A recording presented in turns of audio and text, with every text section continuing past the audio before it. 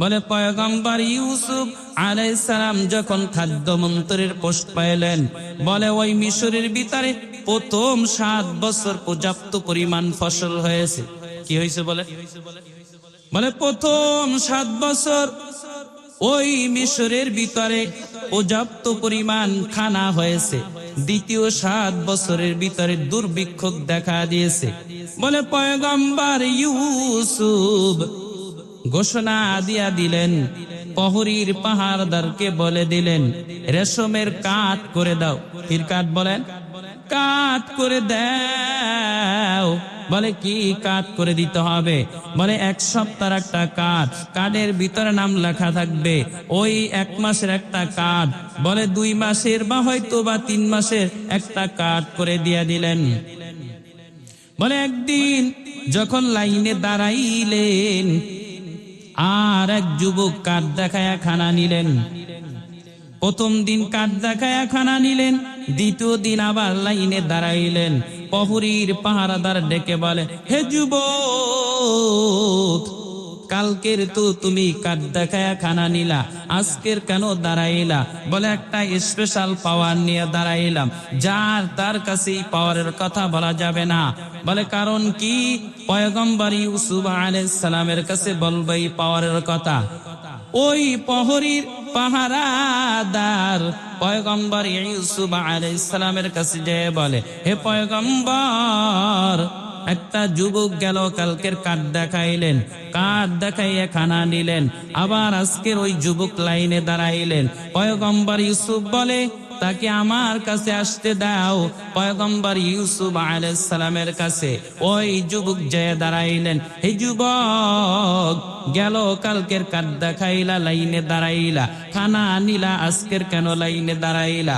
যুবক বলে, হে পয়গম্বর, কালকের আমি কাঠ দেখায়া খানা আনিছি, কালকের হইলাম মিশরের খাদ্য মন্ত্রী হলেন আপনি, আর আমি হলাম মিশরের জনগণ।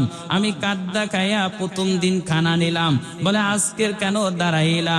বলে পয়গম্বর, আজকে দাঁড়াইছি, আপনি হলেন পয়গম্বর, আমি হলাম আপনার নবীর উম্মত, এই পাওয়ার নিয়ে দাঁড়াইছি রে পয়গম্বর। পয়গম্বর খুশি হয়ে খানা দিয়া দিলেন। তৃতীয় দিন আবার যুবক লাইনে দাঁড়াইলেন। প্রহরীর পাহারাদার বললেন, হে যুবক, প্রথম দিন লাইনে দাঁড়াইলা, খানা নিলা, দ্বিতীয় দিন আবার লাইনে দাঁড়াইলা, খানা নিলা, তৃতীয় দিন আবার কেন লাইনে দাঁড়াইলা? বলে যার তার কাছে এই পাওয়ারের কথা বলা যাবে না। এই পাওয়ারের কথা যদি বলতে হয় একমাত্র পয়গম্বর ইউসুফ আলাইহিস সালামের কাছে বলতে হবে। পয়গম্বর ইউসুফ আলাইহিস সালামের কাছে ওই প্রহরীর পাহারাদার যেয়ে বলে, হে পয়গম্বর, প্রথম দিন লাইনে দাঁড়াইলেন, কাঠ দেখাইলো, খানা নিল, দ্বিতীয় দিন আবার লাইনে দাঁড়াইলো, খানা নিল, তৃতীয় দিন ওই যুবক লাইনে দাঁড়াইলো। আল্লাহর পয়গম্বর বলে, যুবককে আমার কাছে আসতে দাও। পয়গম্বর ইউসুফ আলাইহিস সালামের কাছে ওই যুবক লাইনে দাঁড়ায় বলে, হে যুবক, তুমি প্রথম দিন কাঠ দেখাইলা, খানা নিলা, দ্বিতীয় দিন আবার লাইনে দাঁড়াইলা, খানা নিলা, আজকের কেন লাইনে দাঁড়াইলা? বলে পয়গম্বর, প্রথম দিন লাইনে দাঁড়াইলাম, আপনি হলেন মিশরের খাদ্যমন্ত্রী। আমি প্রথম দিন আমি জনগণ হিসাবে পাওয়ার নিয়ে আমি খানা নিলাম। দ্বিতীয় দিন আমি লাইনে দাঁড়াইলাম রে পয়গম্বর, দ্বিতীয় দিন লাইনে দাঁড়াইলাম রে পয়গম্বর, দ্বিতীয় দিন আপনি হলেন মিশরের পয়গম্বর, আমি হলাম আপনার উম্মত। বলে আজকের কেন দাঁড়াইলা রে যুবক? বলে পয়গম্বর, আপনি আমার চোখের দিকে তাকান, আপনি আমাকে চিনতে পারেন কিনা? বলে না, আমি চিনতে পারি না। বলে পয়গম্বর, আজিজে মিসর জুলাইখা যখন আপনার নামে মিথ্যা তহমত দিয়েছিল, আর ওই সময় আপনার তহরাতের সাক্ষী দেওয়ার মতন কেউ ছিল না। আমি ওই দোলনার শিশু, আজকের যুবক, যে সময় আমি কথা বলতে পারি না, আমি আল্লাহর কাছে তৌফিক চেয়েছি, আল্লাহ আপনার পয়গম্বরের ইজ্জত নষ্ট হয়ে যাইতেছে রে পয়গম্বর, আপনি তার তহারাতের সাক্ষী স্বরূপ আমাকে এই দোলনার শিশু বানায় দেন। সেই দিনকার আমি আল্লাহর কাছে কথা বলতে চাইছি, আমি কথা বলতে পারি না, আল্লাহর কাছে কুওয়াতে নাতেকা চাইছি। আল্লাহ তাআলা কথা বলার বাক শক্তি আল্লাহ তাআলা আমাকে দান করে দিলেন। বলে পয়গম্বর, ওই দিনের তহারাতের সাক্ষী দেওয়ার যেই দোলনার শিশু, আজকের আমি যুবক, ওই পাওয়ার নিয়ে পয়গম্বর দাঁড়াইছি। পয়গম্বর বলে, হে যুবক, তুমি আমার বুকে আসো, তুমি আসো। পাহারার প্রহরীর পাহাদারকে বললেন, এই যুবকের কোনো গেট পাসের দরকার নাই, এই যুবকের কোনো পারমিশনের দরকার নাই। কারণ কি, একজন পয়গম্বরের তহারাতের সাক্ষী দেওয়ার কারণে যদি তার রাজভান্ডারকে খুলে দেওয়া হয়, আমার আল্লাহ, যেই আল্লাহ আসমান বানাইলেন, যে আল্লাহ জমিন বানাইলেন, আল্লাহ আসমান বানায়া বলেন নাই আসমান আমার, আল্লাহ জমিন বানায়া বলেন নাই জমি আমার, আল্লাহ সূর্য বানায়া বলেন নাই সূর্য আমার, আল্লাহ চন্দ্র বানায়া বলেন নাই চন্দ্র আমার। আল্লাহ তাআলা সাতবক আসমান, সাতবক জমির, এই নবমণ্ডল, এই ভূমণ্ডল আল্লাহ সৃষ্টি করে বলেন নাই আমার। কিন্তু আল্লাহ বলছেন, আমার বান্দা আমার, আর এই যা কিছু সৃষ্টি করেছি সব বান্দার খিদমতের জন্য। হাতে আমার তসবিহ কোরআন, চক্ষু দুইটা লাল, মুয়াজ্জিনের আযান শুনে হয় আমার সকাল। মসজিদটায় আমার ফেরেশতা বারা পবিত্র স্থান, আমাদের সাথে হয় না আরি, হয় না অভিমান। আজবগ দিয়া তাহাজ্জুদের নামাজে দাঁড়াইছি, পাগল হইয়া খোদার প্রেমে পারি জমাইছি। নবী কোরআন আর নবীর সুন্নাত আমার অন্তরায়, নবীর সুন্নাত এখন আমার দিনের পথ দেখায়।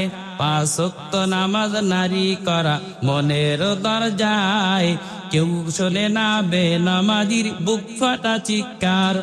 আজবগ দিয়া তাহাজ্জুদের নামাজে দাঁড়াইছি, পাগল হইয়া খোদার প্রেমে পারি জমাইছি। অনেক নেশা কইরা দেখছি কোনো মজা নাই, তোমার নেশার মাঝে প্রভু শান্তি খুঁজা পাই। চাই না আমি দালান কোঠা, চাই না বাড়ি ঘর, তোমার কাছে আপন সারা হই না যেন পর। বাজ করা হস চেবিনি দার খরুশাস, ওলিদানা দরি মানা কি গুশাস।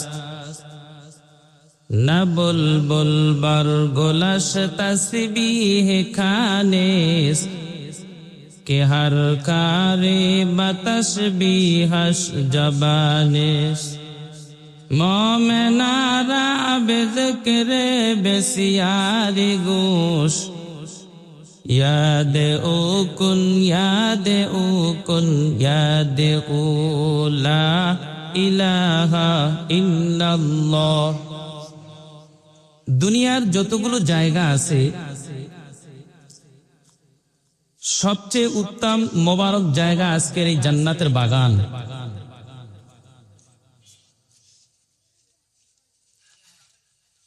এই জান্নাতের বাগানে বসলেই সব।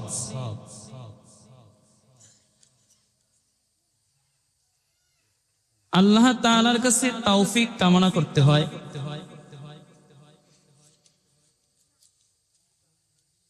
মানুষ দুনিয়ার ভিতরে ইচ্ছাকৃত হোক অনিচ্ছাকৃত হোক, যেই পরিমাণ গুনাহ করে ওই পরিমাণের 95 বা 99 ভাগ গুনাহ করে, 1 ভাগ নেক করা কঠিন হয়ে যায়।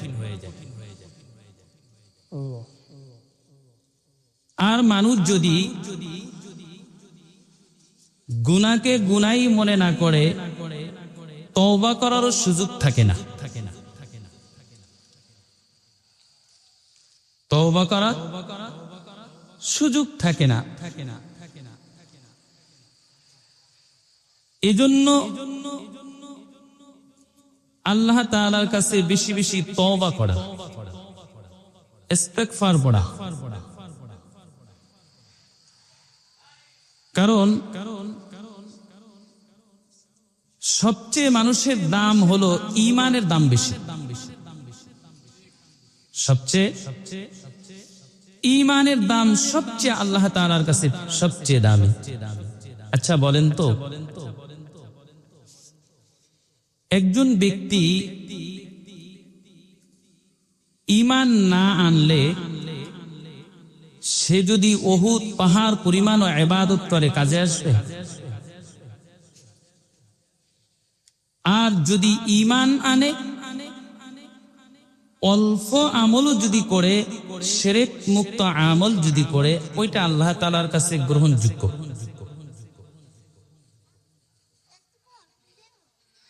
এজন্য অনেক সময় আমরা বলি যে কোনো ভালোবাসা, যে কোনো জিনিস অর্জন করা কাছাকাছি না হইলে সম্ভব না। দূর থেকে কোনো জিনিস গ্রহণ করা সম্ভব না, কাছে আসতে হয়। যারা বলে দোকানে, হয়তো বা ঘরে বা রাস্তায়, এখানে তো মাইক লাগানো আছে, এখান থেকেই তো বয়ান শুনে আমরা উপকৃত হব।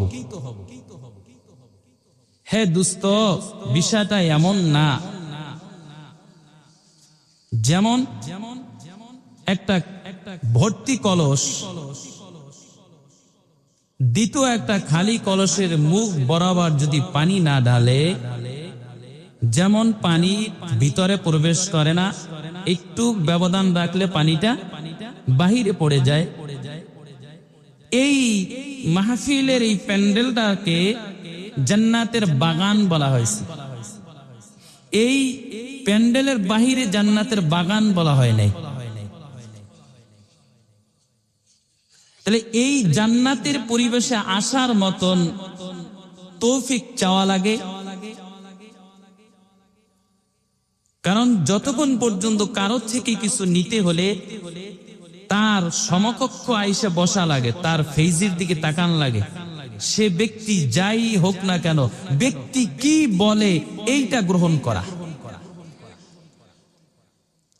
আমানতু বিল্লাহি ওয়া মালাইকাতিহি ওয়া কুতুবিহি ওয়া রুসুলিহি ওয়াল ইয়াউমিল আখিরি ওয়াল কদরি খাইরিহি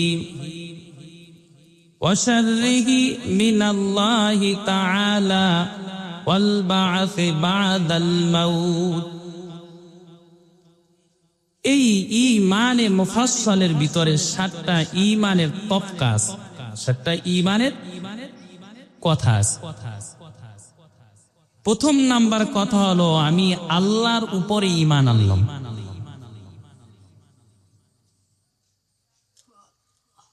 দ্বিতীয় হলো আল্লাহ তাআলার ফেরেশতাগণের উপরে আমি ঈমান আনলাম। 3 নম্বরে হলো আল্লাহ তাআলা নাজিল কিতাবের উপরে আমি ঈমান আনলাম। 4 নম্বরে আল্লাহ তাআলা রাসূলগণের উপরে ঈমান আনলাম। 5 নম্বরে কিয়ামতের দিনের উপর। 6 নম্বরে ভালো মন্দ তাকদীরের উপরে। 7 নম্বর যেটা আছে পুনরায় জীবিত হওয়ার উপরে। আচ্ছা বলেন তো, এই ভালো মন্দ এই 7টা জিনিসের উপরে ঈমান আনা। 7 নাম্বার ঈমান, 6 নাম্বার বান্দার দুনিয়ার ভিতরে। বান্দা যখন মৃত্যুবরণ করে তখন থেকে তার পরকাল শুরু। 6টা দুনিয়ায়, 7 নাম্বারেরটা হলো কবর জগৎ থেকে, অর্থাৎ আখিরাতের বিষয়। কারণ হলো বান্দাকে পুনরায় আবার আল্লাহ তাআলা উঠাইবেন, পুনরায় জীবিত করবেন। এই ঈমানের মেহনত যতক্ষণ পর্যন্ত বান্দা না করবে, ততক্ষণ পর্যন্ত বান্দার ভিতরে এই দুনিয়া দুনিয়া দুনিয়া দুনিয়ার ফিকিরি থাকবে। আখিরাতের মুখী হতে হলে এই 7টা জিনিসের উপরে বান্দা ঈমান আনতে হবে। কয়টা জিনিসের উপরে বলে? 7টা জিনিসের উপরে ঈমান আনতে হবে। যতক্ষণ পর্যন্ত বান্দা এই 7টা জিনিসের পরে ঈমান না আনবে, পরিপূর্ণ ঈমানদার হতে পারবে না। বান্দা যখন মৃত্যুবরণ করবে তখন থেকেই বান্দার আখিরাত শুরু। যখন বান্দা মৃত্যুবরণ করবে তখন থেকেই বান্দার আখিরাত শুরু। এই দুনিয়ার ভিতরে মানুষ জীবিত থাকাকালীন বান্দার এই 6টা ঈমানের যে তফকা আছে, এই 6টা ঈমানের তফকা গ্রহণ করতে হবে। আল্লাহর উপরে যদি ঈমান না আনি, আমার কোনো ইবাদত কাজে আসবে না। আল্লাহ তাআলার ফেরেশতার উপরে যদি ঈমান না আনি, আল্লাহ তাআলা নাজিলকৃত কিতাব, যে আসমানি কিতাব আল্লাহ তাআলা পাঠাইছেন, এই কিতাবের উপরে ঈমান আনতে হবে। আল্লাহ তাআলা রাসূলগণের উপরে ঈমান আনতে হবে। ঈমানের সবচেয়ে আল্লাহ তাআলার কাছে দাম বেশি। কোন মানুষ যদি চিন্তা করে তার ঈমান যদি না থাকে, কিয়ামতে জান্নাত নসিব তার হবে না। ঈমান আগে আনতে হবে। এখন এই ঈমানের কতটুকুর কত দাম, সর্বোচ্চ পরিমাণ ঈমানের কতটুকু দাম, সর্বনিম্ন পরিমাণ ঈমানের কতটুকু দাম। একটি হাদিস আপনাদের খেদমতে পেশ করলে বুঝতে সহজ হবে। আল্লাহর নবী বলেন, যে ব্যক্তি মুখে বলেছে লা ইলাহা ইল্লাল্লাহ, আর তার অন্তরের ভিতরে জবের দানা পরিমাণ কল্যাণ নিহিত আছে, অর্থাৎ ঈমান আছে। আল্লাহর নবী বলেন, এই লোকটা যদি জাহান্নামীও হয়, ওই জবের দানা পরিমাণ ঈমানের এত দাম, এত দাম। এরপরে নবী বলেন, যে মুখে বলেছে লা ইলাহা ইল্লাল্লাহ, আর তার অন্তরের ভিতরে গমের দানা পরিমাণ কল্যাণ নিহিত আছে, অর্থাৎ ঈমান আছে। আল্লাহর নবী বলেন, এই লোকটাই, মানুষটা যদি জাহান্নামীও হয়, ওই গমের দানা পরিমাণ ঈমানের এত দাম, এত দাম। আল্লাহ রব্বুল আলামিন অতটুকু ঈমানের বদৌলতে সে যদি জাহান্নামীও হয়, একটা সময় আল্লাহ তাআলা তাকে জান্নাত দিয়ে দিবেন। তারপর আমার আপনার নবী বলেন, যে ব্যক্তি বলেছে মুখে লা ইলাহা ইল্লাল্লাহ, আর তার অন্তরের ভিতরে অনুপরিমাণ কল্যাণ নিহিত আছে, অর্থাৎ ঈমান আছে। আল্লাহর নবী বলেন, এই অনুপরিমাণ ঈমানের এত দাম, এত দাম। আমাদের উলামা একরাম অনেক সময় জাররান উদাহরণ দিতে গিয়ে বলেন, একটা বালুকে যদি 70 ভাগ করা হয়, ওই 70 ভাগের একটা অংশকে একটা জাররাহ বলা হয়। এই বিষয়টা জাররাহ বা অথবা ওয়ান এতটাই সূক্ষ্ম, যেটা খালি চোখে দেখা যায় না। কেউ যদি দেখতে চায়, সেটা অনুবীক্ষণ যন্ত্র প্রয়োজন হয়। ওটা হাতে ধরা যায় না, ওটা দেখে যায় না। আল্লাহর নবী বলেন, এতটুকু পরিমাণ ঈমান যদি কারো হাতে থাকে, আল্লাহর নবী বলেন ওই বান্দা যদি অতটুকু ঈমানের বদৌলতে সে যদি জাহান্নামীও হয়, আল্লাহ তাআলা তাকে জান্নাত দিয়ে দিবে। হে খোদা দয়াময়, রব্বুল আলামিন,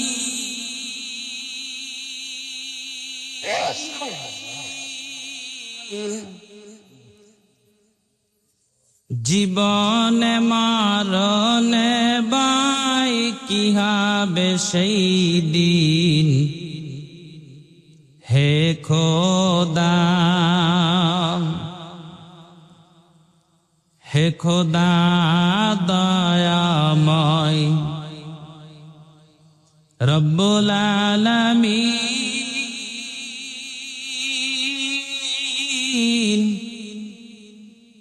জীবন মরণে বাই কি হবে সেই দিন, হে খোদা। ধরাতে আসিয়াজি বড়ই অসহায়,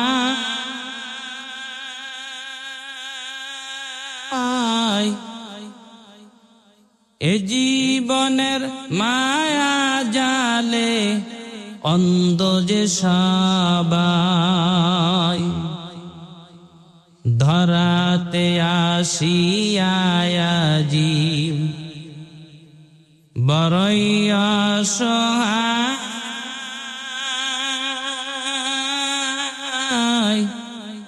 ইহকালের মায়া জালে অন্ধ যে সবাই, দাও হেদায়াত ও গো আল্লাহ, গফুরুর রহিম,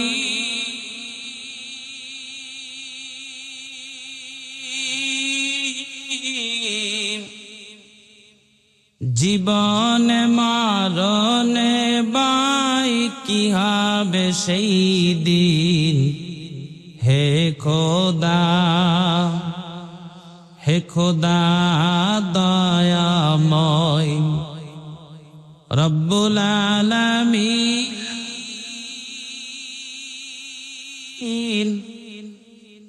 জীবনে মরণে বাই কি হবে সেই দিন, হে খোদা। নাই পুঁজি চাই করিতে আমল, পাপী গুনাহগার,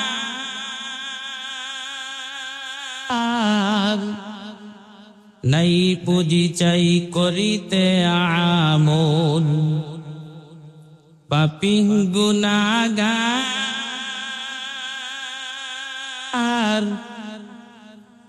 কবর জীবন একায়ারো হাসরে আদার, নাই পুঁজি চাই করিতে আমল, পাপী গুনাহগার, কবর জীবন একায়ারো হাসরে আদার, নাই গতি সুপারিশ বিনে রহমাতাল লিল আলামিন,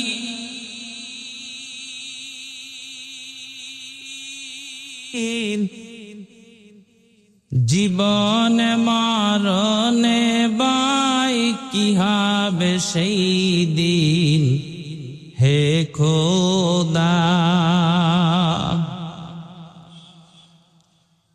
এরে নবীর উম্মতের দল,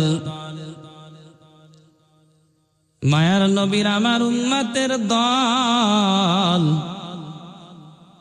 আল্লাহ পাক রব্বুল আলামিন যেই মজলিসে আমাদেরকে বসার মতন তৌফিক দান করলেন, আল্লাহ তিন বান্দা যুবক আনন্দের গান গে গে কোথাও যেন যায়, হঠাৎ করে তাকায় দেখে মুষলধারে বৃষ্টি, আশ্রয় নেওয়ার মতন কোনো জায়গা নাই। হঠাৎ করে তাকায় দেখে পাহাড়ের একটা ছোট গুহা। ওই তিন বন্ধু জায়গা আশ্রয় নেওয়ার জন্য পাহাড়ের গুহায় আশ্রয় নিলেন। আল্লাহর কি কুদরত, বোঝার মতন কোনো ক্ষমতাও নাই। ওই পাহাড়ের চূড়া থেকে গড়ায় গড়ায় গড়ায় গড়ায় একটা বড় ভারী পাথর ওই গর্তের মুখের ভিতরে চাপা লেগে গেল। বলে এক তো ওই গুহার ভিতর অন্ধকার, আর হলো ওই গুহার মুখে ভারী পাথর। তিনজন কেন 100 জন যদি ধাক্কা দেয় ওই পাথর লড়ানো সম্ভব না। কার কুদরত বলেন? কাদের কুদ রত্তদারি বড় কামাল, আনতা রাব্বি আনতা হাসবি জুল জালাল, তুহি কাদের জলিলুল্লাহ জাহাদাত, বাহার হালে তুই মেরা নেগাহদার।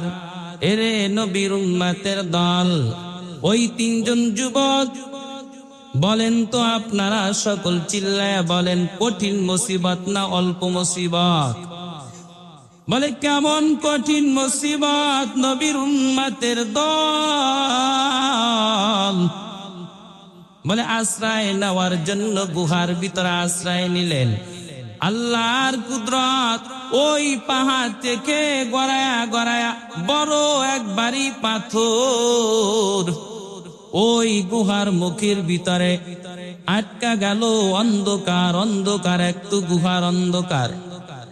বলে ওখান থেকে বের হওয়ার কোনো রাস্তা নাই। ওই তিন যুবক বললেন, আজকের আমাদের আর গন্তব্য স্থানে যাওয়ার মতন কোনো কায়দা নাই।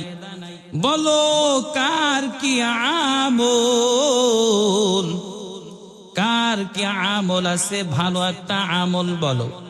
বলে জিন্দেগির কোনো ভালো আমল নাই। তিন যুবকের ভিতরে হঠাৎ করে এক যুবক বললেন, আমার একটা কথা মনে পড়ে গেছে, আমার জিন্দেগির একটা ভালো আমল আছে। আপনারা বলেন তো, আমাদের এরকম কোন গ্যারান্টি আছে যে ভালো কোন আমল জানা আছে? আছে? নাই? আসেনি? বলে তিনজন আর একজন যুবক বলে, আমার একটা ভালো আমল হঠাৎ করে মনে পড়ে গেল। দ্বিতীয় নাম্বার যুবক বলে, আমার একটা ভালো আমল মনে পড়ে গেছে, এই আমলের বিনিময়ে যদি আমি আল্লাহর কাছে যদি সাহায্য চাই, পার করে দিবে কে? মুসিবত দিলেন কে? বলেন। মুসিবত দিছেন আমার আল্লাহ, আর মুসিবত থেকে হেফাজত করবেন আমার আল্লাহ। তিন নাম্বার যুবক বলে, আমার একটা ভালো আমল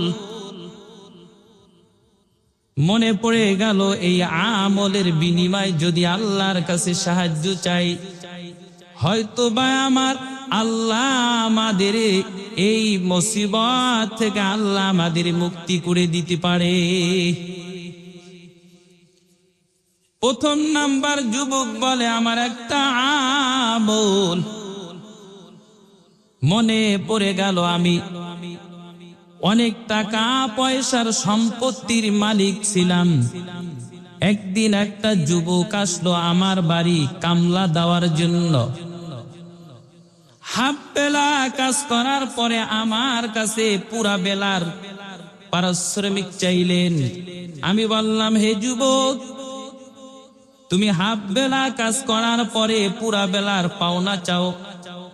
ওই যুবক ওই টাকাটা না নিয়ে ওই যুবক চলে গেল। বলে, আল্লাহ, আমি ওই আমানতের খেয়ানত করি নাই রে আল্লাহ। আমি ওই টাকা দিয়ে আমি বকরি কিনে বকরির পাল বাড়ায় দিলাম। বলে, হঠাৎ করে ওই যুবক এসে আমার দরজায় দাঁড়াইয়া বলল, হে মালিক, ওই দিনের পাওনা টাকাটা দিয়ে দে। বলে, ওই দিনের ওই পাওনা টাকাটা আমি তাকে বললাম, হে যুবক, এই মাঠ ভরা বকরি আছে, তোমার যত মনে চায় সব তোমার। বলে, ওই দিনের আমি আমানতের খেয়ানত করি নাই রে আল্লাহ। আমি পুরা হাফ বেলা কাজ করার পরে পুরা বেলার বেতন চাইলেন, আমি ওই পুরা বেলার বেতনটা দেই নাই। আমি না দেওয়ার কারণে যুবক চলে গেল। আর অনেক দিন পরে আবার ওই যুবক আইসা পাওনাটা চাইল। আমি আল্লাহর মহাব্বতে ওই আমানতের খেয়ানত করি নাই। আমি ওই টাকাটা আমি ওই যুবককে ওই টাকা দ্বারা আমি বকরি কিনে পাল বাড়াইয়া আমি ওই যুবককে ওই পাওনা বুঝাই দিলাম। আল্লাহ, ওই দিনের এই আমলটা যদি কবুল হয়, ওই উসিলায় আল্লাহ তুমি পাথরটা সরাইয়া দেও। কুদরতকার বলেন। বলে, ওই দিনের ওই আমলের বিনিময় পাথরটা 3 ভাগের 1 ভাগ সরে গেল। সুবহানাল্লাহ বলেন, আর চিল্লায় বলেন সুবহানাল্লাহ। বলে, ওই পাথরটা 3 ভাগের 1 ভাগ সরে গেল। দ্বিতীয় নাম্বার যুবক বলে, আল্লাহ, আমার একদিনের একটা আমল মরে পড়ে গেল। আমি একদিন আমার চাচার বাড়ি বেড়াইবার জন্য যাই, যা দেখি আমার চাচাও নাই, চাচিও নাই। চাচার বাড়ি বেড়াইতে যায় দেখি উপযুক্ত চাচা তো বোন। আমি জৈবনের খায়সাত পূরণ করার জন্য আমি আমার চাচাতো বোনের উপরে ঝাঁপায়া পড়লাম। আমার চাচাতো বোন এত কান্না। বলে, চাচাতো ভাই, আমার এই জৈবনের উপরে কেউ আজও পর্যন্ত চুনকালি মারতে পারে না। এর চাচাতো ভাই, আমি আল্লাহকে ভয় পাই, প্রয়োজনে আমি বৈধভাবে আমি রাজি আছি, আমাকে ছেড়ে দাও। আমি আল্লাহকে ভয় করি। আমার প্রয়োজনে আমার মা বাবাকে আমি বৈধভাবে রাজি করাইয়া তোমার সাথে আমি বিবাহ বসতে চাই। চাচাতো ভাই, তুমি আমার জৈবন নষ্ট করিও না। বলে, আল্লাহ, ওই দিন আমি এত সুযোগ পাওয়ার পর আমার চাচাতো বোনকে আমি ছেড়ে দিলাম। বলে, ওই দিনের আমলটা যদি আল্লাহ আপনার কাছে পছন্দ হয়, ওই আমলের বিনিময় আল্লাহ আপনি আমাদের এই মুসিবত থেকে আমাদেরকে রক্ষা করে দেন। বলে, ওই 3 ভাগের 2 ভাগ ওই পাথরটা সরে গেল। বলে, তৃতীয় নাম্বার যুবক বলে, আমি মাঠে রাখাল ছিলাম, বকরি চড়াইতাম। বলে, বকরি চড়াইতাম, আমার প্রতিদিনের অভ্যাস, প্রতিদিনের আমল, আমার প্রতিদিনের আমল হলো আমি এই বকরি চড়াইয়া বকরির দুধ দহন করিয়া আমার রাত্র যত গভীর হয় আমার মাকে আমি দুধ না পান করাইয়া আমার সন্তান আমার বিবিকেও আমি পান করাই না। বলে, আল্লাহ, ওই দিনের এই আমলটা যদি কবুল হয়, বলে প্রতিদিনের অভ্যাস অনুযায়ী একদিন আমি বকরি চড়াইতে চড়াইতে অনেক দূরে চলে গেলাম। রাত্র গভীর হয়ে গেল। বাড়িতে আইসা দেখি আমার মা ঘুমিয়ে গেছে। বলে আমার বাচ্চারা আমার পায়ের কিনারা আইসা বলে, বাবা খানা দাও, খানা দেও। আমার মা ঘুমিয়ে গেছে। এর নবীর উম্মতের দল বলে আমার মা ঘুমায়া যাওয়ার কারণে আমি প্রতিজ্ঞা করেছি আমার মার মুখে দুধ না দিয়ে আমার সন্তান আমার বিবিকে আমি দুধ পান করাইব না। বলে আমার বাচ্চারা কান্না করতে করতে পায়ের কিনারে ঘুমিয়ে গেল, আমার বিবিও ঘুমায় গেল। রাত্র যত গভীর হয়, যখন রাত্র গভীর হয়ে গেল, আজানের সময় হয়ে গেল, যখন আজান দেয় আমার মা ঘুম ভেঙ্গে দেখে আমি মায়ের বালিশের কিনারে আমি দাঁড়ায় আছি। মা বলে, হে সন্তান, এটাও কি সম্ভব? বলে মা আমার ওই দিন দোয়া করলেন, আল্লাহ আমার সন্তান আমার জন্য এত কষ্ট করেছে, আল্লাহ আমার সন্তান যদি কখনো কোনো মুসিবতে পড়ে, আল্লাহ আপনি ওই মুসিবত থেকে আল্লাহ আপনি হেফাজত করবেন। বলে ওই দিনের আমলটা যদি কবুল হয়, আল্লাহ ওই আমলের বিনিময় আল্লাহ তুমি এই মুসিবত থেকে আল্লাহ হেফাজত করো।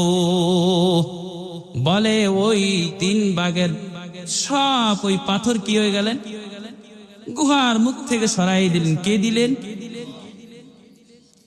জিন্দিগি মে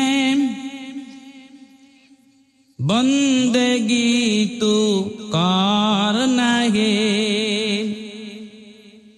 জিন্দিগি মে বন্দেগি শर्मिंदा है, आयाते हम कुछ न कुछ खरीदने को,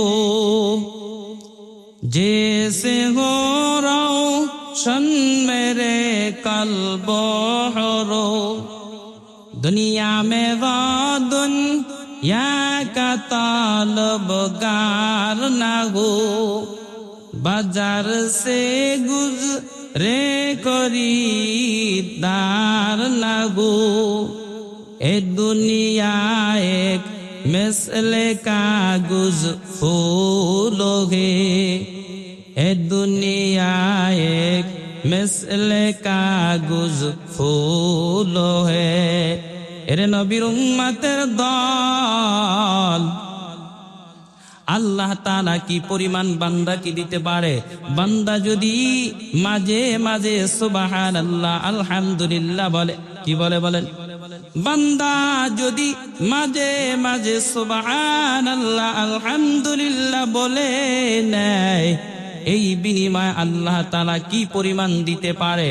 বলে কারি তৈয়ব সাহেব রহমাতুল্লাহি আলাইহি দারুল উলুম দেওবন্দ মাদ্রাসার 58 বছরের মুহতামিম, ওনার কিতাবের ভিতরে একটা ওয়াকিয়া নিয়ে আসলেন। বলে ওয়াকিয়াটা হলো কি? বলে দারুল উলুম দেওবন্দ মাদ্রাসার 58 বছরের মুহতামিম ওনার কিতাবের ভিতরে একটা ঘটনা নিয়ে আসলেন। বলে কি পরিমাণ আল্লাহ তাআলা দেয়। বলে মিশরের ভিতরে খাদ্য মন্ত্রীর পোস্ট পাইলেন পয়গম্বর ইউসুফ আলাইহিস সালাতু ওয়াস সালাম। বলে পয়গম্বর ইউসুফ আলাইহিস সালাম যখন খাদ্য মন্ত্রীর পোস্ট পাইলেন, বলে ওই মিশরের ভিতরে প্রথম 7 বছর পর্যাপ্ত পরিমাণ ফসল হয়েছে। কি হয়েছে বলে? বলে প্রথম 7 বছর ওই মিশরের ভিতরে পর্যাপ্ত পরিমাণ খানা হয়েছে। দ্বিতীয় 7 বছরের ভিতরে দুর্ভিক্ষ দেখা দিয়েছে। বলে পয়গম্বর ইউসুফ ঘোষণা দিয়া দিলেন, প্রহরীর পাহাড়দারকে বলে দিলেন, রেশমের কাঠ করে দাও। কির কাঠ বলেন? কাঠ করে দাও। বলে কি কার্ড করে দিতে হবে? বলে 1 সপ্তাহের একটা কার্ড, কার্ডের ভিতরে নাম লেখা থাকবে। ওই 1 মাসের একটা কার্ড, বলে 2 মাসের বা হয়তো বা 3 মাসের একটা কার্ড করে দিয়ে দিলেন। বলে একদিন যখন লাইনে দাঁড়াইলেন, আর এক যুবক কার্ড দেখায়া খানা নিলেন।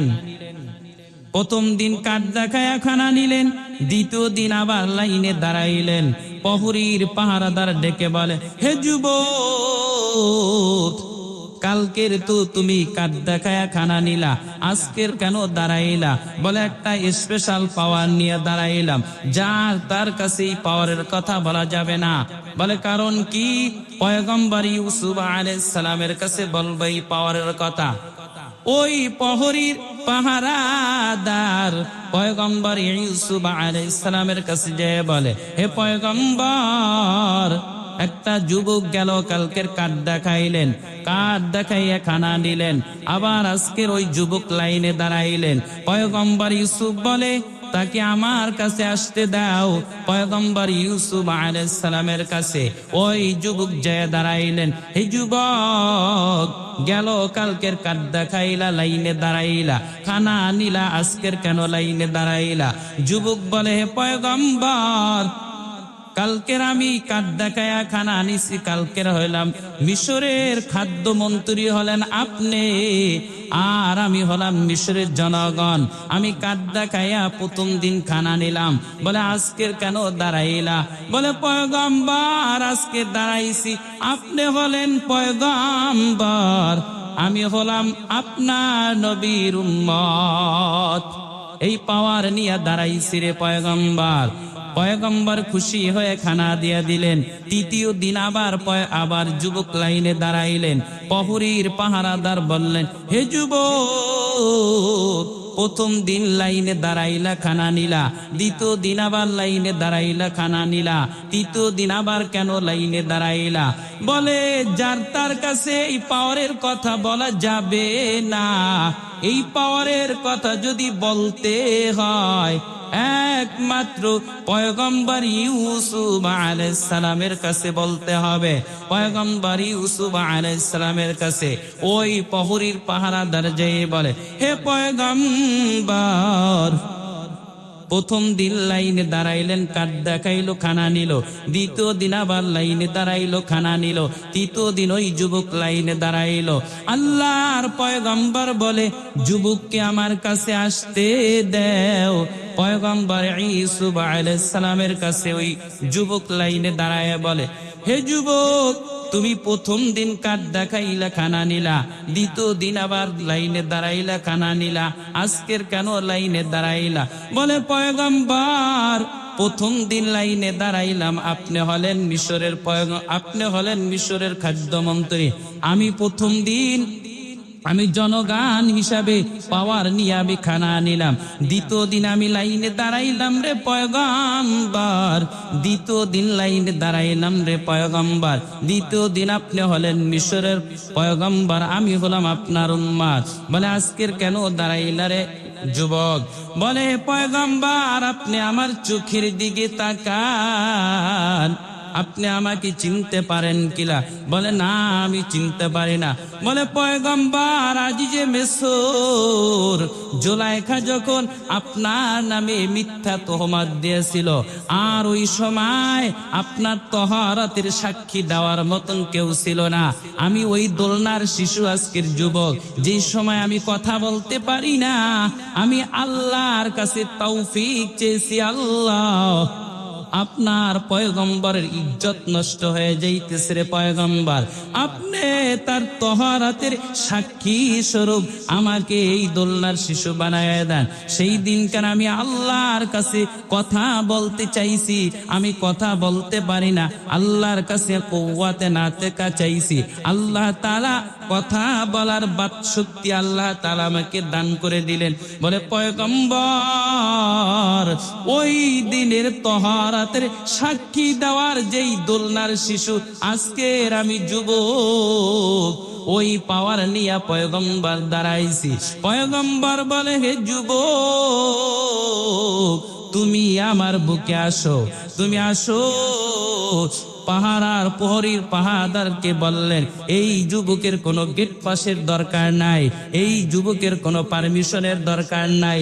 কারণ কি, একজন পয়গম্বরের তহারাতের সাক্ষী দেওয়ার কারণে যদি তার রাজভান্ডারকে খুলে দেওয়া হয়, আমার আল্লাহ, যেই আল্লাহ আসমান বানাইলেন, যে আল্লাহ জমিন বানাইলেন, আল্লাহ আসমান বানায়া বলেন নাই আসমান আমার, আল্লাহ জমিন বানায়া বলেন নাই জমি আমার, আল্লাহ সূর্য বানায়া বলেন নাই সূর্য আমার, আল্লাহ চন্দ্র বানায়া বলেন নাই চন্দ্র আমার।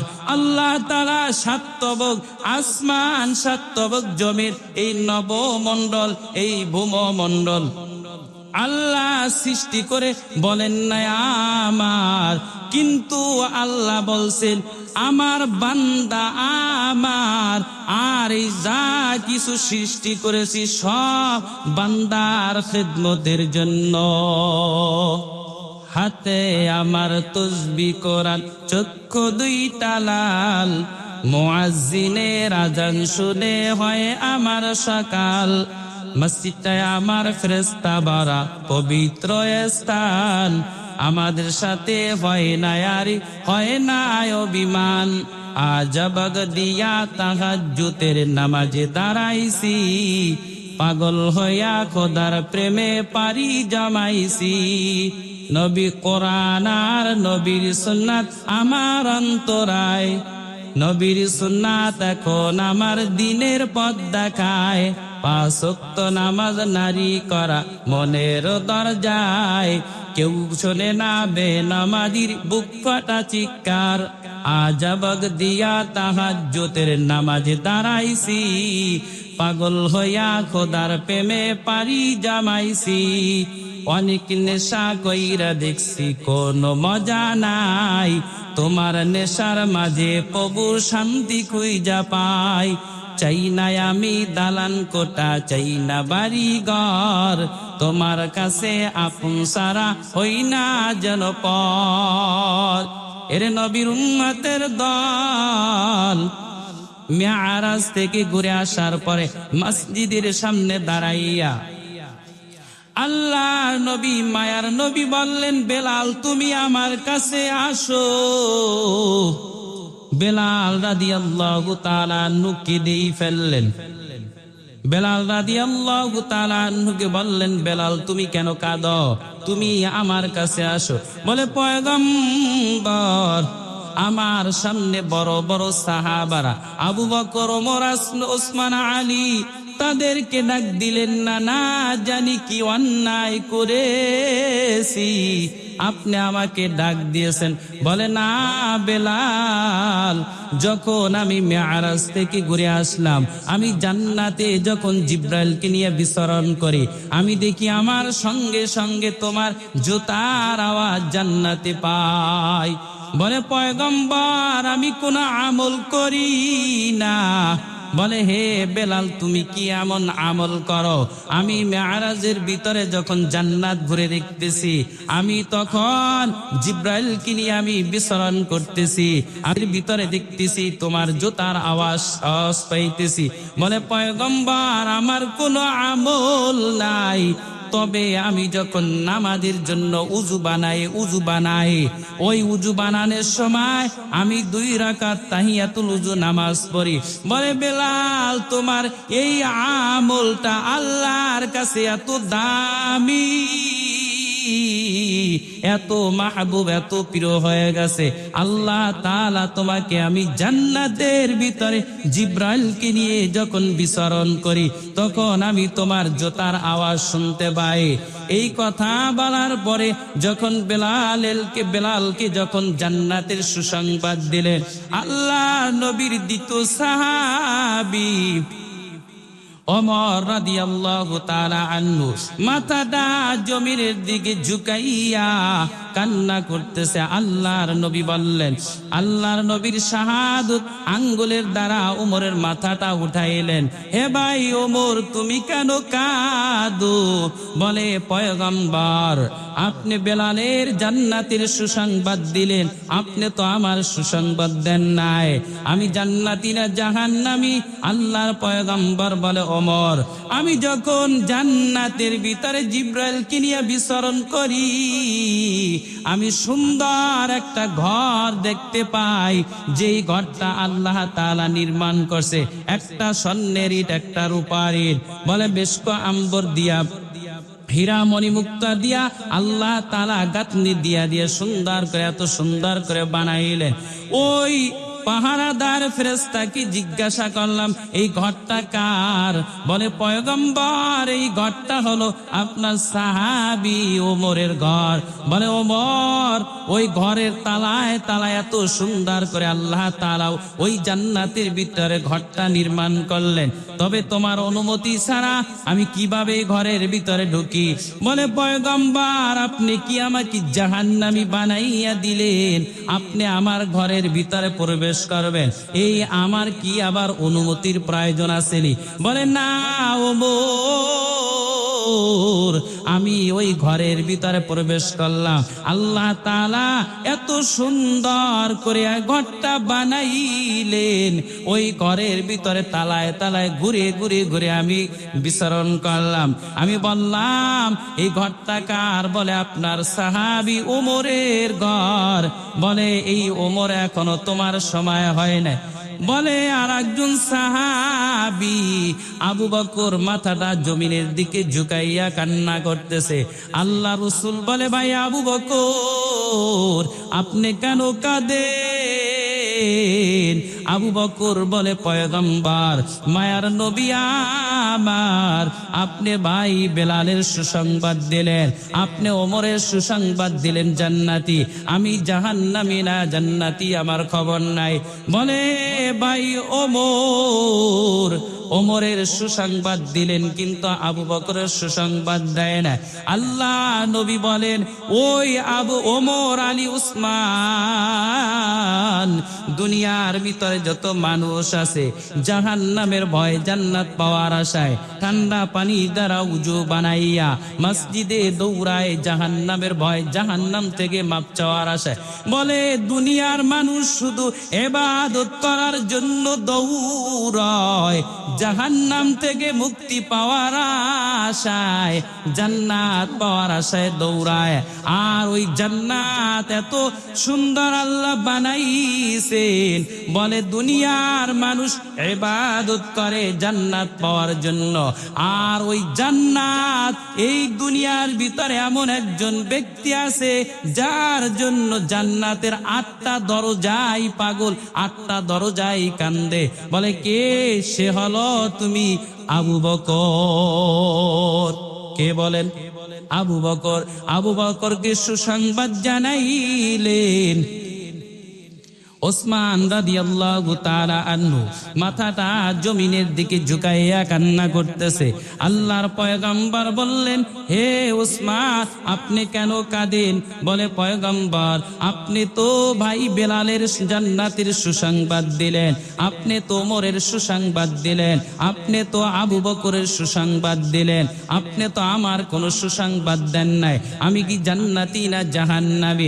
আল্লাহর পয়গম্বর বলেন, হে ওসমান, শুনে নাও, প্রত্যেকটা নবী জান্নাতের ভিতরে একজন বন্ধু থাকবে। কি থাকবে বলেন? বলে প্রত্যেকটা নবীর সাথে একজন বন্ধু থাকবে। আমি যখন জান্নাতে যাব,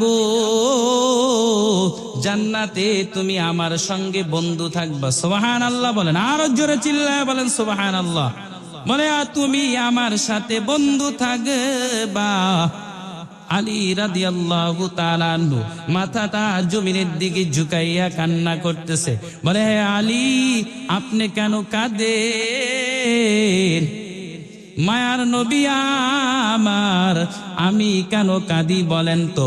বলে আপনি ভাই আবু বকরের সুসংবাদ দিলেন, আপনি ওমরের সুসংবাদ দিলেন, আপনি বেলালের সুসংবাদ দিলেন, ভাই ওসমানের সুসংবাদ দিলেন, আপনি তো আমার কোনো সুসংবাদ দেন নাই। মায়ার নবী বলে, হে আলী, শুনে নাও, জান্নাতের ভিতরে আল্লাহ তাআলা ঘর দিবে আমাকে থাকার জন্য। আমার ঘরের দরজা বরাবর তোমার ঘর আল্লাহ তাআলা নির্মাণ করে দিবে। আরো চিল্লায় বলেন সুবহানাল্লাহ। আলী রাদিয়াল্লাহু তাআলা আনহুকে আল্লাহ নবী জানায়া দেয়, জান্নাতের ভিতরে আল্লাহ তাআলা আমাকে একটা ঘর দিবে। বলে ওই ঘরের দরজা বরাবর আলী তোমার ঘর থাকবে। আমার নাতি হাসান এবং হুসাইন রাদিয়াল্লাহু তাআলা আনহু বলেন না না না না করে আসবে আর গলাটা জড়ায় ধরবে। সুবহানাল্লাহ। বলে এই কথা বলে আল্লাহর নবী মাজলিস থেকে উঠে যায় আর বলে তোমাদের এই মাজলিসের ভিতরে এমন একজন দামি ব্যক্তি আছে। কি আছে বলে? দামি ব্যক্তি আছে, যেই ব্যক্তি তোমাদেরকে তালিম দিবে, তরবিয়াত দিবে। বলে পয়গম্বর সেই ব্যক্তিটাকে আপনি বলে যান। ওমর রাদিয়াল্লাহু তাআলা আনহু বললেন, বলে তুমি মুআনাকা এবং কোলাকুলি করলেই তুমি চিনতে পারবা সেই লোকটাকে। আল্লাহর নবী এই কথা বলে মাজলিস থেকে উঠে গেলেন। বলে মায়ার নবী আমার এই কথা বলে উঠে গেলেন। ওমর রাদিয়াল্লাহু তাআলা আনহু এক একজন করে সাহাবাদের সাথে মুআনাকা করলেন, কিন্তু সুসংবাদ পায় না। হঠাৎ করে তাকাই দেখে খাব্বাব রাদিয়াল্লাহু তাআলা আনহুর যখন জড়াইয়া ধরলেন, বলে পিঠের ভিতরে গর্ত, পিঠের ভিতরে আঙ্গুলগুলো ঢুকে গেল। বলে ভাই খাব্বাব আপনার কি কোনো কুষ্ঠরোগ হয়েছে কিনা? খাব্বাব বলে ভাই ওমর না আমার জীবনে কোনো কুষ্ঠরোগ হয় না। বলে যখন আমি ইসলাম গ্রহণ করেছি বেঈমানেরা আমাকে স্টিম রোলার চড়ায় দিছে। কি দিছে বলে? বলে বেঈমানেরা আমাকে স্টিম রোলার চাপায় দিছে। আমি যখন ইসলাম গ্রহণ করেছি আর বেঈমানেরা বলছে তুই ইসলাম ছাড়, মুহাম্মাদের ধর্ম ছাড়, তুই মুহাম্মাদের ধর্ম ছাড়। বলে উত্তপ্ত কয়লার আগুন জ্বালাইয়া মরুভূমির উপরে আমাকে টানা হেস্তা করত। বলে আমার চর্বি দ্বারা, আমার রক্তর দ্বারা ওই আগুনগুলো নিভে যাইত। বলে এত কষ্ট কি সম্ভব? ওমর রাদিয়াল্লাহু তাআলা আনহু কেঁদেই ফেললেন। বলে ওমর রাদিয়াল্লাহু তাআলা আনহু তার সাথী সঙ্গীদেরকে নিয়ে পাহাড় বেয়ে পাহাড়ের উপরে উঠলেন। ডানে তাকাইলেন, কেঁদেই ফেললেন। বামে তাকাইলেন, কেঁদেই পারলেন। তার সাথী সঙ্গীরা বললে, খলিফাতুল মুসলিমিন আপনি কেন কাঁদেন? বলে ভাই শুনে নাও, আমি তো এই ওমর এক সময় ওমর ছিলাম না, আমি ছিলাম বকরির রাখাল। কি ছিলেন? বলে আমি ছিলাম অজ্ঞ এবং মূর্খ, আমি ছিলাম বকরির রাখাল। আল্লাহ তাআলা আমাকে জান্নাতের মেহমান বানায়া দিলেন। হঠাৎ করে সংবাদ আসলো। বলে কি সংবাদ? তার বোন এবং ভগ্নিপতি ইসলাম গ্রহণ করলেন, মুহাম্মাদের কালিমা গ্রহণ করলেন। বলে সাহাবী নাঈম রাদিয়াল্লাহু তাআলা আনহু বলে ওমর তরবারি নিয়ে দৌড়ায়।